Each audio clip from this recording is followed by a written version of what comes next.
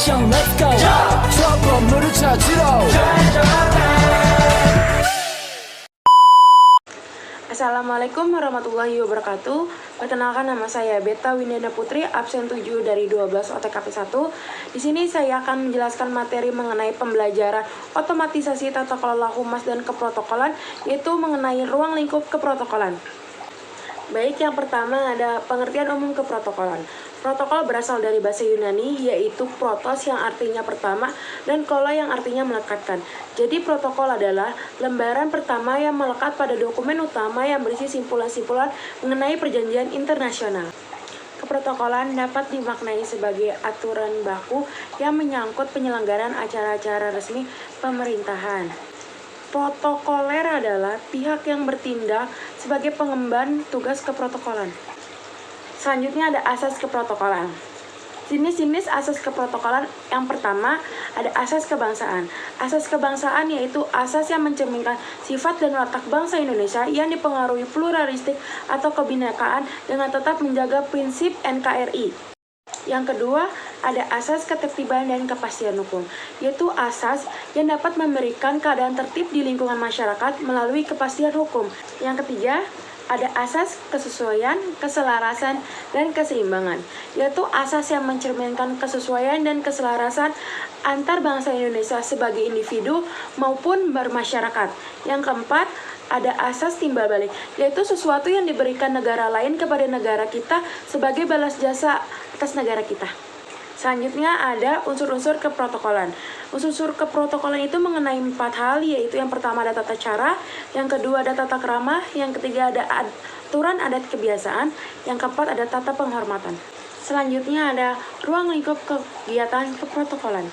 Yang pertama ada tata cara penerimaan tamu, yang kedua kunjungan tamu dalam dan luar negeri, yang ketiga penyelenggaraan jamuan kenegaraan, yang keempat penyelenggaraan jamuan resmi, yang kelima penyelenggaraan upacara bendera dan upacara tanpa bendera, yang keenam perjalanan dinas dalam dan luar negeri, yang ketujuh penyelenggaraan rapat di dalam dan di luar kantor. Selanjutnya ada fungsi pokok keprotokolan. Yang pertama ada fungsi perencanaan, yaitu fungsi yang mengatur tujuan suatu acara yang akan dilaksanakan. Fungsi ini meliputi pemilihan waktu, tempat, dan situasi yang akan digunakan. Yang kedua, ada fungsi pengorganisasian, yaitu fungsi yang mengatur anggota kepanitiaan yang terlibat dalam suatu acara secara terperinci. Yang ketiga, ada fungsi penggerakan, yaitu fungsi yang memiliki tugas sebagai pengawas dan pendorong anggota-anggota yang terlibat dalam suatu acara. Yang keempat, ada fungsi pengawasan, yaitu fungsi yang digunakan sebagai alat untuk memberikan pengamanan dan rasa jerah bagi karyawan yang tidak memenuhi peraturan. Yang kelima, ada fungsi pengoordinasian, yaitu fungsi yang bertujuan untuk mengatur sikap kekompakan kerjasama dalam anggota pada setiap kelompok keprotokolan. Yang keenam, ada fungsi pengambilan keputusan, yaitu fungsi yang bertujuan untuk memutuskan hasil perencanaan suatu kelompok keprotokolan yang akan digunakan pada suatu acara. Selanjutnya ada syarat-syarat petugas keprotokolan. Menjadi seorang protokoler itu harus memenuhi syarat-syarat yang sudah ditentukan. Syarat-syarat ini terbagi menjadi 2. Yang pertama ada syarat umum dan yang kedua ada syarat teknis. Selanjutnya ada syarat umum. Nah, syarat umum ini harus dipenuhi dan dimiliki oleh seorang protokoler.